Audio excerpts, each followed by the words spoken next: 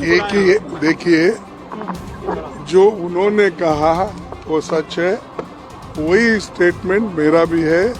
देखिए, अगर कोई सरकार ऑफिस तक पहुंचने नहीं देती तो वो सरकार को क्या डर है मुझे मालूम नहीं है, क्योंकि ये तो पीसफुल डेमोन्स्ट्रेशन है और ये वीवीआईपी लोगों का डेमोन्स्ट्रेशन है।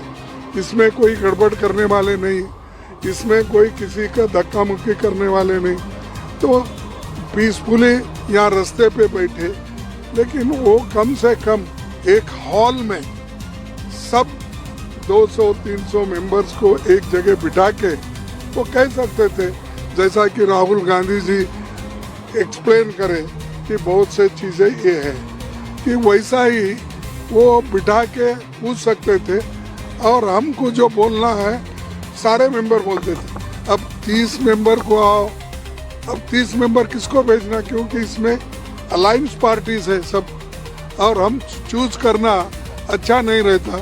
तो हम चाहते थे कि एक हॉल में बिठाकर वो खुद आकर एक्सप्लेन कर सकते थे, हम भी कुछ बोलना है वो बोल देते थे।